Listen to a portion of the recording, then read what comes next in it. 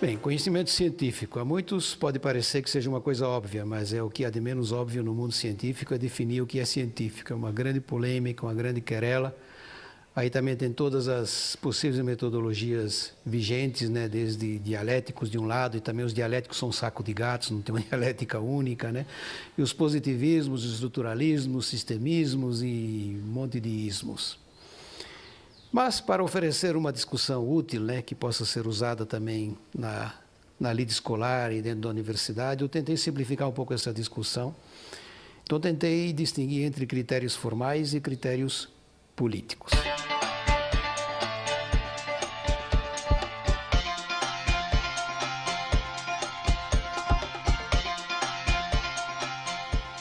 Então, os critérios formais pegam essa ideia clássica, tradicional, desde Aristóteles, passando pela Idade Média até hoje, de que o discurso científico é um discurso formalizado, um discurso matematizado, um discurso ordenado, ou como diz muito bem o Foucault, ficou quase um provérbio, a ordem do discurso. Mas o problema é que o discurso é ordenado e tem por obrigação captar uma realidade que não é ordenada. Então, quando o discurso ordena a realidade, já artificializa um pouco, porque, de certa maneira, força a realidade que Morin chama de ditadura do método. Por aí já se vê que a querela é interminável. Mas algumas coisas são consensuais. Por exemplo, os critérios formais são consensuais. Quando você senta com 4 colegas para examinar uma tese de doutorado, por que você aprova uma tese? Aí vem a questão, porque é científica. Como que é científica? Então, os critérios formais são aqueles mais usuais, que é coerência, consistência, sistemático, ter alguma originalidade, objetivante, quer dizer, não objetiva, porque isso muita gente não acredita, eu não acredito em objetividade. Mas você tem que ter, pelo menos, a intenção de captar a realidade e não de querer deturpá-la. Que você já sai para deturpar, então fica uma deturpação em cima de outra deturpação. Você pelo menos tem que sair com o compromisso metodológico de respeitar a realidade. Claro que dentro da autorreferência, da interpretação, eu interpreto a realidade como eu a vejo, não há outra maneira de interpretar. Mas eu posso comunicar isso aos outros, posso submeter a crítica dos outros, então você pode ter uma certa aproximação interessante aí. Então isso é o mais usual. O que pode chamar atenção nessa discussão são os critérios políticos. Que uma vez, por exemplo, eu achava que eram externos, uma vez eu dizia eram critérios externos, hoje eu não digo mais. Eu acho que são critérios internos também, porque eu gostaria de entender o conhecimento também como um fenômeno político. Eu acho que o conhecimento é uma grande fonte de poder, tem uma tradição imensa nesse tipo de coisa, tem muitas narrativas importantes em torno disso, por exemplo, uma bem conhecida aqui no Brasil, que é um país católico, predominantemente católico, é o relato do Gênesis, né? O pecado de Adão e Eva, que no imaginário popular é um problema de sexo, não tem nada disso, né? Adão e Eva pecaram porque comeram da árvore do conhecimento. Então, aquele relato sendo lido por essa visão é assim, uma coisa super interessante, surpreendente, né? Segundo o relato lá, Deus tinha um paraíso com árvores frutíferas, no meio tinha uma especial e dessa ele proibiu que Adão e Eva comessem. Aí veio a serpente e disse, deve comer dessa. Porque se vocês comerem dessa árvore, os olhos vão se abrir e vocês serão como deuses. Quer dizer, o pecado não foi de sexo, foi de soberba. Quer dizer, o conhecimento é uma centelha divina no ser humano. E por essa centelha divina é a criatura que se volta contra o Criador. E isso se tornou um ícone poderosíssimo na nossa história.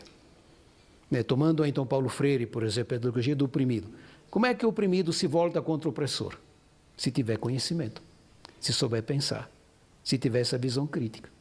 Como é que o escravo se volta contra o senhor? Se souber pensar. Como é que o empregado critica o patrão? Se souber pensar. Então aí claro que não tem só a questão técnica do conhecer, formal do conhecer, é que tem um jogo de poder imenso. Então eu acho que o poder não vem de fora e subrepticiamente entra na casa do conhecimento, não, ele já mora lá dentro. Eu acho que o conhecimento já é, naturalmente, uma dinâmica do poder. Podia também fazer outra argumentação. Geralmente nós temos medo de quem sabe pensar. O conhecimento sempre está cercado de controle. Então a Inquisição, na verdade, nem chama tanto atenção, porque a Inquisição é em todo lugar. Se você olhar bem hoje na universidade, né, você só pode fazer tese de mestrado e doutorado sob Inquisição. Tem que ter um orientador, e quem decide é o orientador, não é você. que dê certo. O conhecimento é tão importante que não pode andar por aí, não pode ser popular também, né? E é por isso também que depois do doutorado já inventaram o pós-doutorado. E quando tiver muito pós-doutor, inventam mais coisa, que é a catedral que o conhecimento faz também como poder. Então, eu estava dizendo, né? É fácil de lidar com um pobre com fome. Difícil lidar com um pobre que sabe pensar. Porque aí ele já quer seus direitos, ele se acha igual, ele começa a conversar, ele também quer fazer a sua ideologia, quer fazer a sua proposta e tal, né? E talvez isso explique um pouco hoje a controvérsia que existe em torno do Bolsa Família. Que a gente acha que o Bolsa Família resolve uma coisa importante, que é comer. Mas não resolve outra coisa importante, que é tirar o pobre da pobreza. Porque para tirar o pobre da pobreza, ele precisa ir além de só comer. Ele tem que tomar iniciativa, tem que se organizar, tem que pressionar. E aí precisa conhecimento. Então, conhecimento é uma referência importantíssima na história da humanidade, que hoje retorna com uma força incrível na tal sociedade do conhecimento. Essa é a grande moeda de troca, para falar uma linguagem escrachada neoliberal, é conhecimento. Então, virou todos esses capitais, capital intelectual, capital do conhecimento, capital cultural e tantas coisas, né? Mas que sempre colocam na berlinda essa importância que o conhecimento tem na história da humanidade. Bastaria também falar das universidades, que as universidades são as nossas catedrais do conhecimento, que surgiram há 800 anos atrás, né, e sempre estiveram a serviço desta causa, né, superar o argumento de autoridade, colocar tudo a serviço da autoridade do argumento. Quer dizer, a pesquisa como comandante das coisas também se passou para o outro lado, né? Aí derrubamos todas as autoridades, né? A igreja, a teologia, a filosofia, a alquimia e por aí afora, mas nos tornamos autoridade também indiscutível. Aí muita gente então vai dizer que a nova igreja, de certa maneira no Ocidente, né, é a universidade, é a ciência, né? Claro, então, que a gente teve um gesto importante de fazer uma crítica, que mudou muito, que introduziu uma nova história, mas não foi autocrítica, que é uma coisa hoje muito batida no pós-modernismo. Toda crítica só é crítica se for antes autocrítica. Lembra quem? Sócrates. É impressionante, né? Todo esse gesto de crítica, de formação crítica, vai e volta, chega a Sócrates, né? O conhecimento só é um bom conhecimento se souber primeiro dos limites do conhecimento. Então, esse foi o fundamento da epistemologia ocidental, que sempre usou a epistemologia como referência de crítica ao conhecimento. O conhecimento é tanto mais profundo quanto mais ele sabe se criticar, se questionar. Então, o gesto principal do conhecimento sempre é o questionamento. Não é afirmar, confirmar. Isso é fácil. Difícil é questionar, desconstruir, reconstruir. E reconstruindo, sabendo que em seguida vai ser desconstruído. Então, os critérios políticos, que é aí que nós estávamos na discussão, também são muito importantes, né? Por exemplo, bastaria olhar para a questão do argumento de autoridade, que não é argumento, mas é muito usado. Quer dizer, olhando também a obra do Kuhn, a estrutura das revoluções científicas, em que ele montou essa ideia do paradigma, né? Quer dizer, toda a escola vira um paradigma. O que quer dizer isso? Vira dominante. Aí tem vaca sagrada, que não são discutidas. A escola começa a ficar medíocre, porque um cita o outro cita um e não sai mais daí. Então tem que quebrar, tem que refazer de novo. Então vê como tem um jogo de poder aí também. Então nunca a ciência é apenas um jogo lógico. Muitos vão falar também de multicultural. A Sandra Harding, nos Estados Unidos, tem uma obra muito interessante, tentando mostrar que o conhecimento é multicultural. Existem muitas maneiras de conhecer, não é só a eurocêntrica, e também se agride muito a ideia dos universais, porque quando você adota as ideias dos universais, você, de certa maneira, empurra a convicção de que o modo de fazer ciência que nós temos aqui no Ocidente, europeizado, é o único, e que os outros mundos não têm ciência. Então, Boaventura dos Santos tem uma obra muito interessante para mostrar que existem outras culturas, outros saberes. Ele fez um grande apanhado dos saberes africanos, por exemplo, que não tem a estruturação científica que nós temos, não são formalizados como nós temos, não são matematizados como a gente gosta, mas tem uma profunda comprovação em experiência e talvez até em grande parte também em lógica. Mas para nós aqui é difícil tirar essa ideia de que o nosso conhecimento é de pedra, nele não se mexe, ele é sagrado. E é uma coisa esquisita, né? Porque ele veio do questionamento, mas não quer mais ser questionado.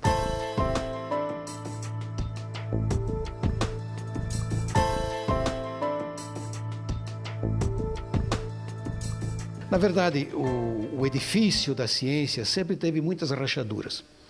E mesmo no empirismo, no positivismo, teve rachaduras impressionantes. A mais conhecida é de Hume, né? que achava que as aparências empíricas nunca traduzem a verdade, né? E que depois o Popper colocou como o critério da falibilidade. Então ele tem uma proposta que acho que valeria a pena tratar um pouquinho, né? Ele, segundo a ideia dele, a indução, que é o método que vem da experiência, de testar as coisas concretamente antes de generalizar, né? A indução não vale, por duas razões. Primeiro, porque você não pode nunca coletar todos os casos empíricos que podem cair debaixo daquela generalização. Por exemplo, dizer que todos os cisnes são brancos, você não pode dizer porque você não consegue ver todos os cisnes brancos que existiram ontem, que existem hoje, e garantir que não vai existir amanhã nenhum que seja branco. Então, é uma regressão infinita que ele dizia. E outro argumento que ele tinha é que a indução nasce não indutivamente, nasce como um princípio metodológico, ou seja, dedutivamente. Então, é um aborto. Então ele dizia assim, nenhum dado empírico comprova qualquer coisa, que vai contra, por exemplo, essa tradição que é muito comum nossa, nos Estados Unidos, então é uma epidemia, né, das tais evidências empíricas. Popper foi um positivista que não acreditava em evidências empíricas. E ele criou então a ideia da falibilidade das teorias. As teorias valem se forem falíveis, ou seja, se estiverem abertas a serem questionadas. Sendo questionadas e não sendo derrubadas, elas continuam valendo provisoriamente. Então é um positivismo muito sui generis, né? Porque sai daquela ideia de segurança, de conhecimento final e tal, que geralmente está nos positivistas, né? Que é o chamado paradigma moderno. Então ele, de certa maneira, já tinha uma certa ideia do que nós chamamos hoje de paradigma pós-moderno, de que as verdades são relativas. Então isso foi um grande problema para o mundo científico, dizer que a verdade é relativa, como dizem os lógicos difusos, cinza é a cor da verdade. Não é nem preto, nem branco. E alguns dizem ainda, na linha reta, sempre foi uma ideia de ditador. A ciência não conhece linha reta. A natureza não tem nenhuma linha reta. Nós é que inventamos a linha reta para impor coisas aos outros. Por ditador, sim. Ou você é contra ou você é a favor. Não tem nada aí no meio. Mas isso é uma questão de ditadura, dizem eles, inclusive, né? Então, eu acho que a proposta pós-moderna hoje veio instabilizar essas seguranças, essas certezas, essas infalibilidades, essas coisas indiscutíveis.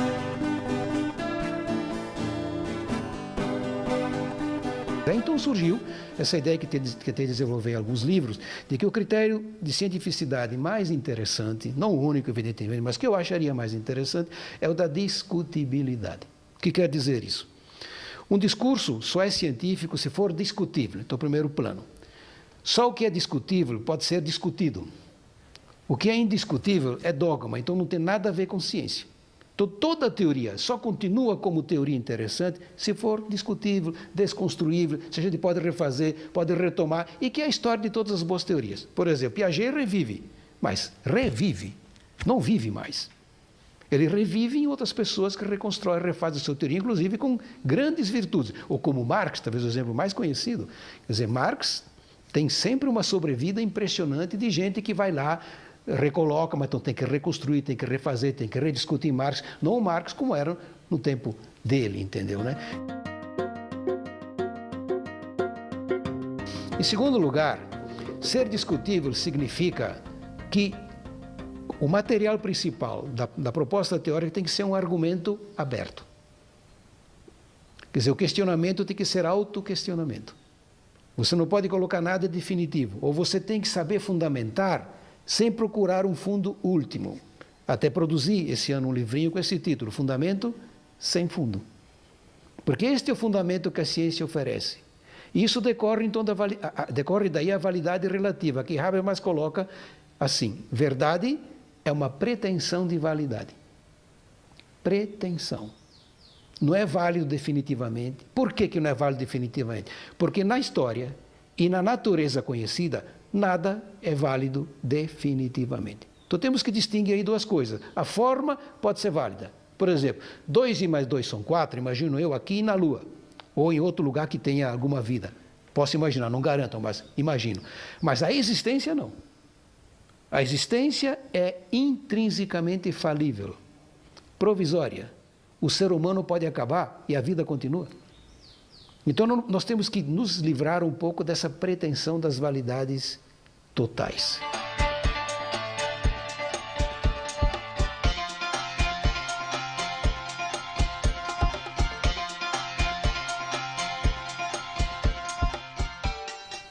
Porque as coisas valem relativamente, não quer dizer que não valham.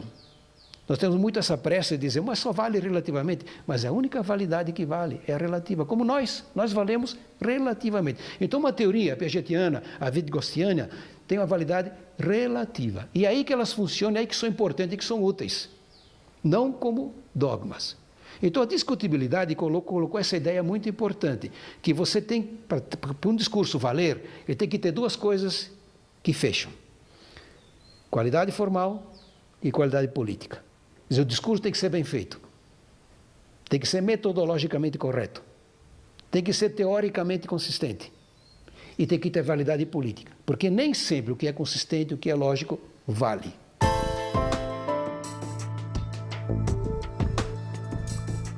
Por que o charme dessa dialética? A dialética tem um charme que eu acho que merece, de certa maneira.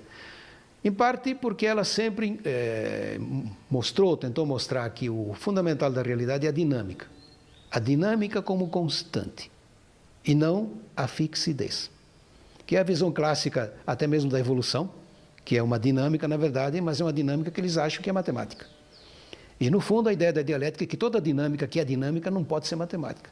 Ela tem que ter saltos. Aí veio a unidade de contrários, que é um conceito fundamental da dialética, né? O que é uma unidade de contrários? Quer dizer, é uma unidade sim, mas é de coisas contrárias. Que é bem a cara do ser humano. Quer dizer, é uma unidade. Cada ser humano é um todo, mas é um todo incrivelmente bagunçado, conturbado, né, e nunca se resolve, e morre, entendeu? Então a dialética colocou muito isso. E a dialética teve uma grande sorte, porque o Marx pediu para o Engels para escrever um livro sobre dialética. E ele escreveu Dialética da Natureza. Porque para Marx, não só a economia, a história é um fenômeno dialético, a natureza é um fenômeno dialético. Mas por uma razão um pouco estudada, digamos assim, a escola de Frankfurt rejeitou a ideia. A escola de Frankfurt assumiu a dialética como valendo só para a sociedade. Aí veio um tal de Prigogine, um químico matemático que foi prêmio Nobel, e restaurou a dialética da natureza.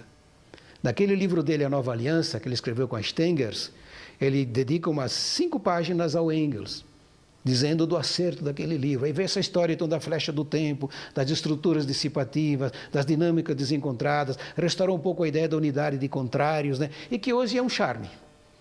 Se você pega todas essas pesquisas físicas da emergência e tal, de que de uma coisa simples surge uma coisa complexa, ou então que a massa cinzenta produz pensamento, como se diz, a matéria se torna imaginação. Quer dizer, aí tem dinâmicas, tem níveis de dinâmica, tem desencontros de dinâmicas, tem coisas depois que são muito mais do que tinha antes. Isso que eles querem dizer que é dialética. Porque a dialética daria a ideia de uma natureza produtiva. Natureza não se repete, não é uma rotina, é um encadeamento de saltos. As bifurcações, os rizomas e por aí afora. Então, acho que isso enriqueceu muito o debate, né? Acho que traz uma nova visão das coisas, que está muito importante para o mundo virtual, que tem essa cara. O mundo virtual é fluido, é desconstruído, é fugaz, não dura nada, né? Uma das coisas que mais impressiona no mundo virtual é que nada dura. E nós temos a tradição do livro, né? Que dura, que guarda, o manuscrito de 1000 anos, não sei das quantas, e até uma grande pergunta, onde é que nós vamos guardar essa coisa virtual? Vai guardar como? Vai ter um pendrive aí do tamanho não sei das quantas para guardar tudo isso, ou vai se perder tudo isso? É uma pergunta interessante. Então a dialética, eu acho que refrescou muito essas ideias, embora haja também muitas dialéticas. É um grande erro imaginar que só tem a dialética marxista, né? Tem a dialética também de várias fases de Marx, tem dialéticas mais filosóficas, menos filosóficas, tem a dialética da natureza do Prigogine, então acho que não é unitário. Mas há um certo consenso que poderia gerar em torno do conceito de unidade de contrários.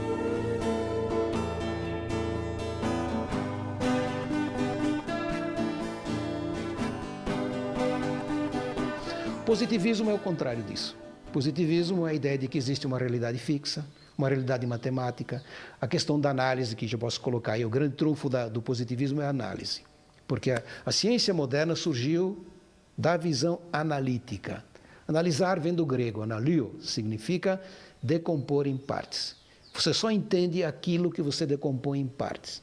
Olhando, por exemplo, a anatomia, fez isso consequentemente. Você só entende o ser humano se dissecar pedacinho por pedacinho, olhar lá dentro, tal e tal. No todo você não vê nada. Aliás, a visão que a gente tem do todo é aparente é fictícia, como a própria química mostrou, né?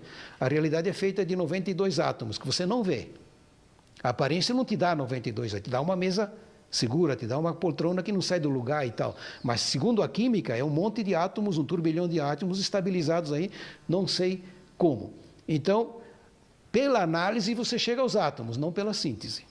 Então, esse método foi o método consagrado. Primeiro, repartir em pedaços, que deu origem, então, às disciplinas na universidade. Fazer em pedaços. Então, a gente não estuda tudo, ninguém estuda tudo. Aí veio o especialista, o tal idiota especializado, que sabe tudo de nada. Mas que também é importante, porque se você tiver um câncer bem especial, você vai rezar a Deus para encontrar esse idiota especializado. Porque tem coisas especiais.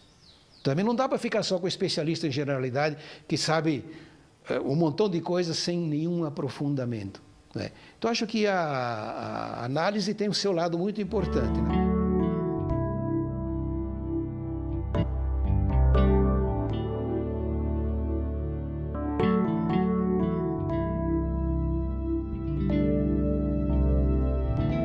O estruturalismo foi mais consolidado pelo Lévi-Strauss, que é um velhinho de quase 100 anos, né, que andou muito pelo Brasil também, estudou os mitos indígenas. E a ideia dele é também ligada ao positivismo, ao formalismo, de que todo o discurso humano tem regras internas. Assim como se diz, de toda a linguagem tem uma gramática. Você escutando o chinês falar, parece que esse é o caos, né? Porque a gente não entende nada, mas atrás daquele caos tem uma gramática. De toda a linguagem existe uma gramática. Assim como existe um genoma, assim como existe um código digital. Quer dizer, em toda dinâmica existem coisas que se repetem. O problema da ciência é que quando ela estuda a dinâmica com este olhar, ela não estuda a dinâmica, estuda o que se repete na dinâmica, ou seja, o que não é dinâmico na dinâmica. Este é o problema. Então você, na verdade, estuda a dinâmica pela exclusão. Então hoje é uma grande preocupação metodológica. Dá para estudar a dinâmica dinamicamente? Se for analiticamente, não, porque você tem que partir a dinâmica em pedaços, então ela já não é mais dinâmica. E aí nós estamos perdidos. Quer dizer, o pós-modernismo colocou a questão, mas também não tem solução. O estruturalismo, então, estudou os mitos e tentou descobrir as formas que existem nos pensamentos também indígenas, para mostrar, por exemplo, que quando o índio faz um mito, sempre repete coisas. Aí ele fez os 4 mitologiques dele, que é a maneira de montar os eixos que ele... em torno do qual, desse eixo gira a linguagem. O exemplo que ele dava, por exemplo, é da música. A música são 12 semitons. Quando uma pessoa compõe música, não senta primeiro, estuda os 12 semitons, descobre que são 12 semitons, ele faz música. Isso está lá dentro. Então ele usava muito a ideia do inconsciente, reportando isso a Freud.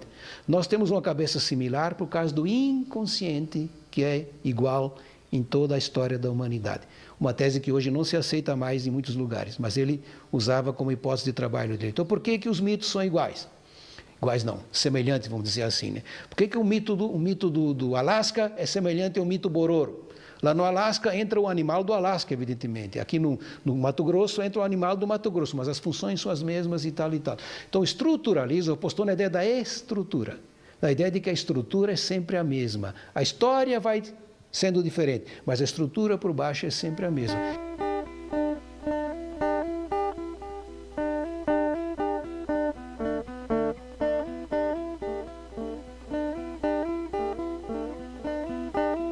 O sistemismo, então a ideia de que tudo é sistema, quer dizer, todas as coisas também têm um todo, têm uma afeição de todo, quer dizer, o ser humano é feito de partes, de pedaços, né, de braço, de perna, de nariz, de orelha, mas fazem um todo. Então é a ideia de montar um todo. Existe muita polêmica aí dentro, porque alguns pegam o todo para dar a ideia de que não dá para sair do todo. Então é um todo fechado, que é, por exemplo, a história de Parsons, um sociólogo importante, sistemista, né, de que pode haver mudança dentro do sistema, mas não há mudança do sistema. E hoje se batalha muito, o Moran é uma ponta de lança disso, de que existe sim mudança do sistema. Você passa para outro sistema. Por exemplo, quando não havia vida na natureza, a gente não pode garantir isso porque ninguém sabe isso concretamente, mas supondo que uma vez não houve vida e de repente houve vida. Então mudou o sistema. Então não foi só uma mudança intrínseca, interna, uma mudança de grande porte. Ou quando, digamos, surgiu o ser humano dentro dos animais. Então, houve certamente uma mudança do sistema pela capacidade maior que nós temos de linguagem, de pensamento e assim por diante.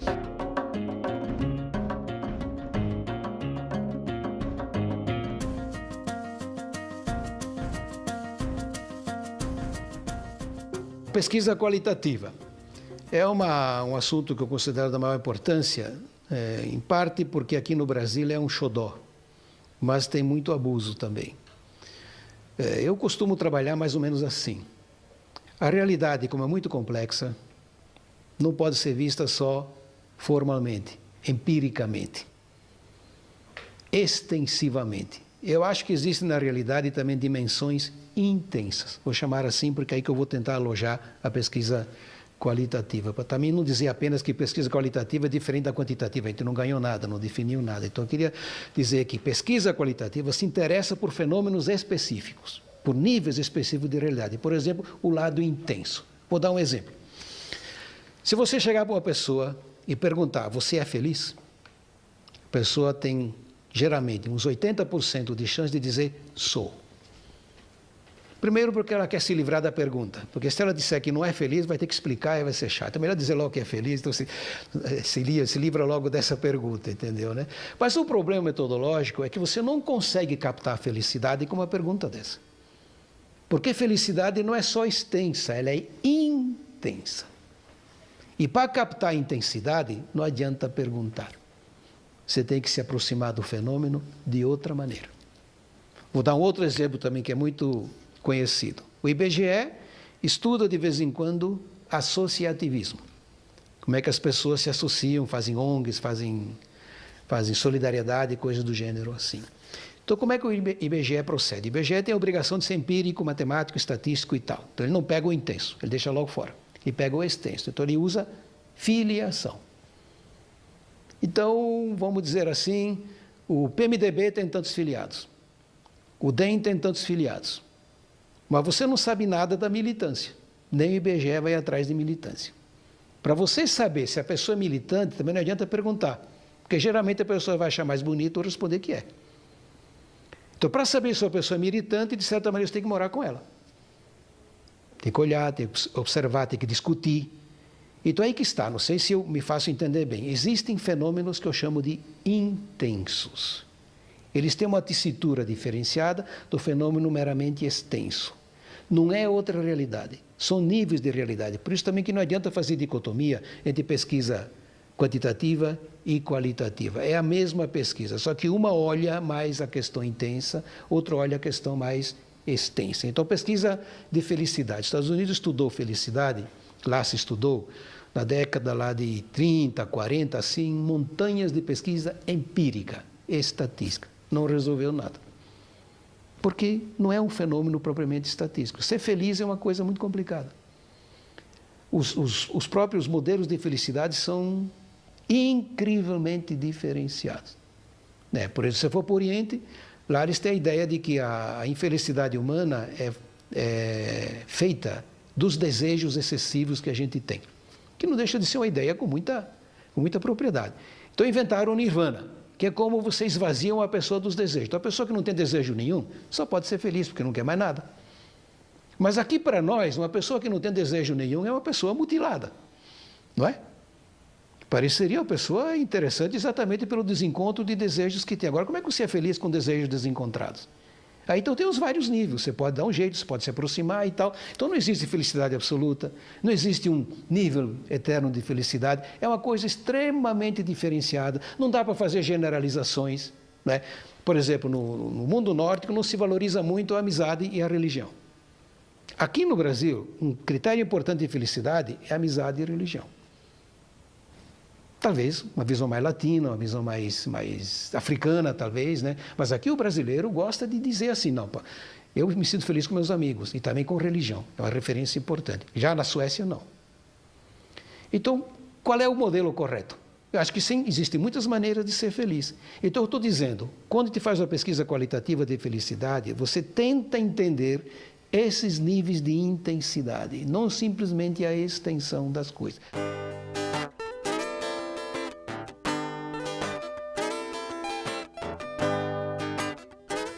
Êxito tem a pesquisa quantitativa, porque ela é que está na base também da história das tecnologias. Quer dizer, você inventou um avião, não foi com pesquisa qualitativa, entendeu? Com pesquisa quantitativa, matemática e tal.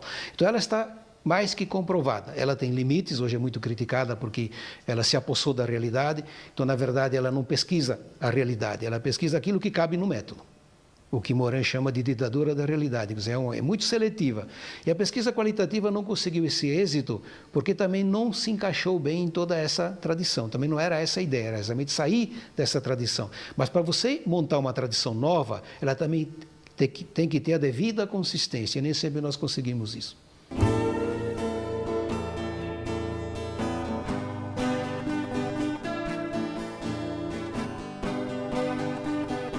Bom, a universidade tem uma história, vou chamar assim, de disciplinar. Os cursos são disciplinas separados, com a tendência de que cada um tem seu latim. Então você não entende a linguagem dos outros, e também o pessoal capricha na linguagem diferente para poder não ser entendido, entendeu? Então isso foi saturando. Aí você vai para um departamento de matemática, só tem matemática. Você vai para um departamento de engenharia, só tem engenheiro. E alguns já se abriram um pouco, então de repente você vai para a educação, lá tem um sociólogo, lá tem um psicólogo e tal, não tem só pedagogo e tal, ou você vai para o serviço social, tem uma certa hibridez, mas normalmente não é assim, os cursos são estanques. E hoje um reconhecimento comum de que a realidade não é disciplinar. O curso é disciplinar, mas a realidade não é disciplinar, não tem nenhuma realidade que seja disciplinar. Não tem nenhuma sociedade que seja só sociológica, digamos assim. Ela também é política, ela também é natural, é biológica e tal. Você seleciona o lado sociológico e fica só com ele, mas é um corte estranho. Aí então começaram a entrar outras ideias que hoje estão na praça. Primeiro, a ideia da multidisciplinaridade, mas que não vingou muito porque o multi coloca as coisas contíguas, elas não se misturam e a ideia era misturar. Então surgiu a interdisciplinaridade, depois surgiu a transdisciplinaridade, né? Não existe muita diferença, acho que isso é uma briga de termos, mas acho que o que é importante na interdisciplinaridade é misturar as partes. A transdisciplinaridade só tem de especial no trans, que é ir além de cada disciplina. Mas você pode fazer também na interdisciplinaridade, então eu não distingo muito os dois termos. O que eu quero dizer aí é que é preciso ir além da própria gaveta, isso que é importante. Mas isto não elimina o especialista, porque toda análise aprofundada é sempre especializada. Porque sendo a realidade complexa, ela exige certamente um conhecimento muito mais complexo, mas como nós não damos conta de um conhecimento muito mais complexo, nós temos que dar conta de especialidades agregadas. Por isso eu tiro a ideia de que a boa interdisciplinaridade ou transdisciplinaridade é uma equipe. Então não adianta imaginar, como muitas vezes se fez, você pega 5 pedagogos e é interdisciplinar. Não é, porque 5 pedagogos somados dá um só. Você tem que botar o pedagogo, o físico, o matemático. Aí sim, a gente pode ver o que é bom para a tosse. Porque as cabeças são muito diferentes, os conhecimentos são muito diferentes. Aí também se elucida uma coisa que se perdeu na discussão. Se eu coloco junto um pedagogo, um físico e um matemático, o que é que o pedagogo espera do físico e do matemático? Não é que se metam a pedagogo, mas que saibam física e matemática. E vice-versa. O que é que o matemático espera do físico e do pedagogo? Que saibam as suas coisas e não se metam a matemático. Então, aí tem um pouco isso, cada macaco no seu galho, mas o galho é de todos.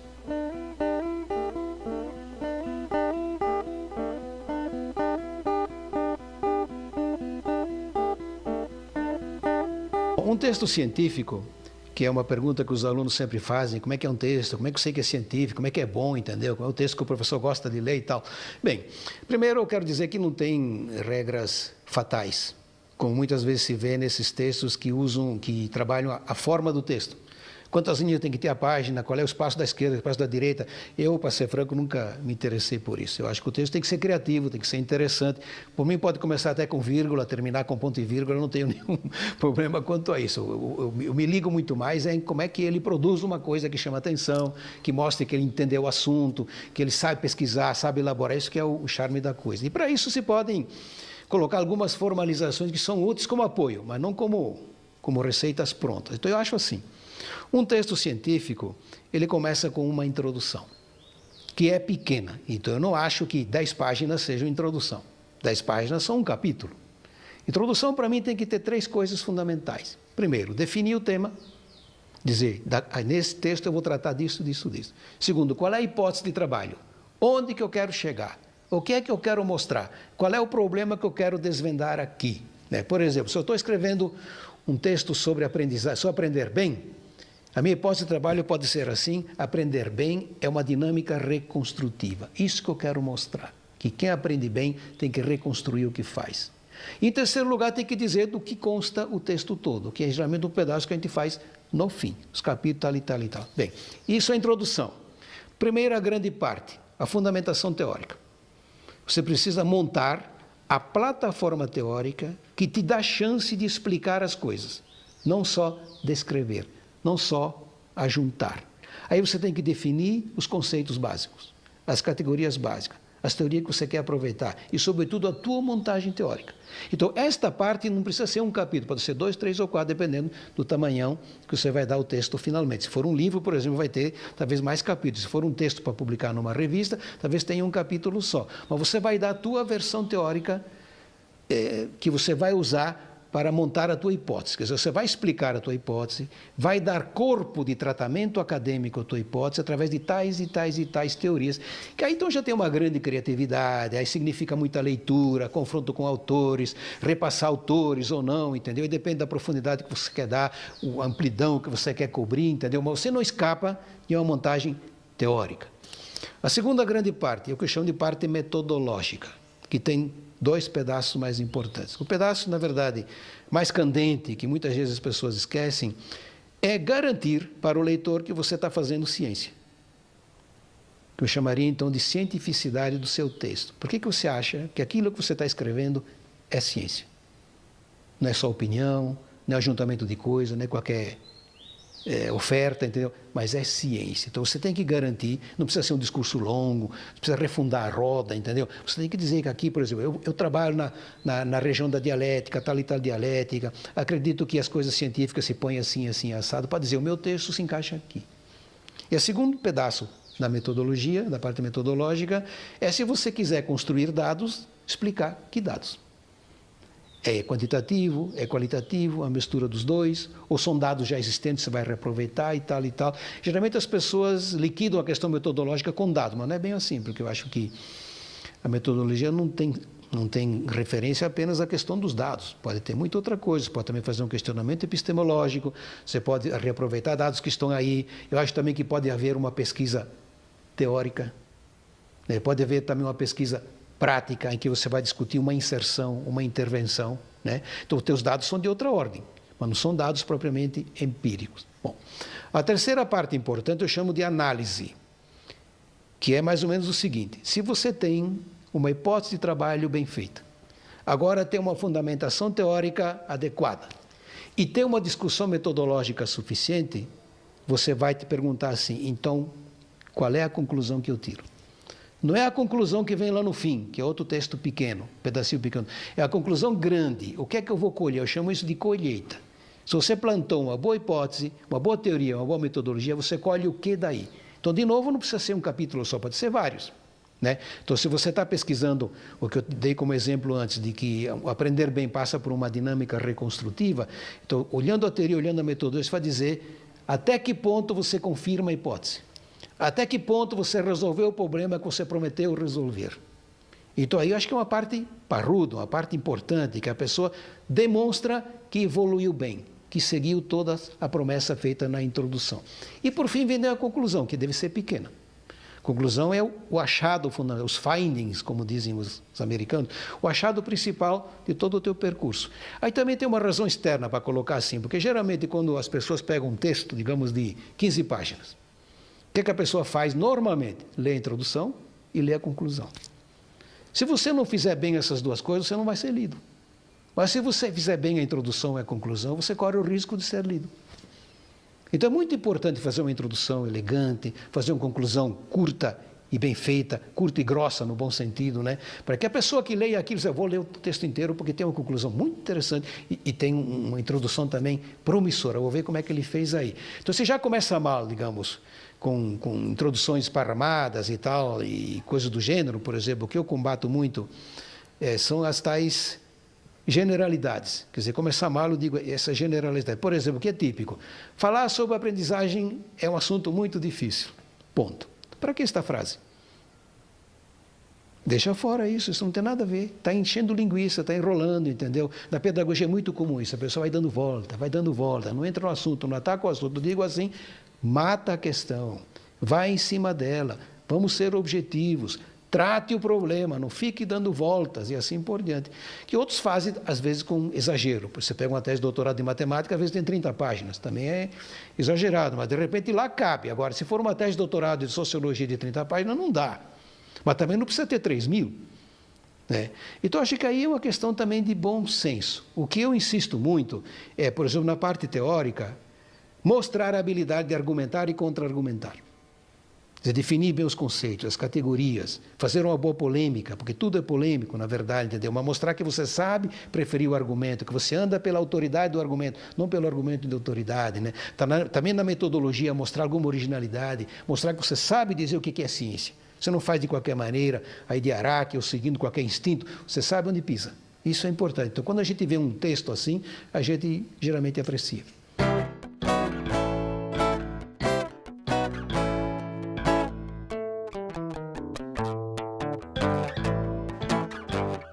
Bom, o grande ponto é que o professor precisa aprender a pesquisar, já que a pesquisa que fundamenta a docência dele, a razão de ser dele, de ser autor, entendeu? Acho que a grande vinculação que o professor tem que ter com a pesquisa é de se fazer autor.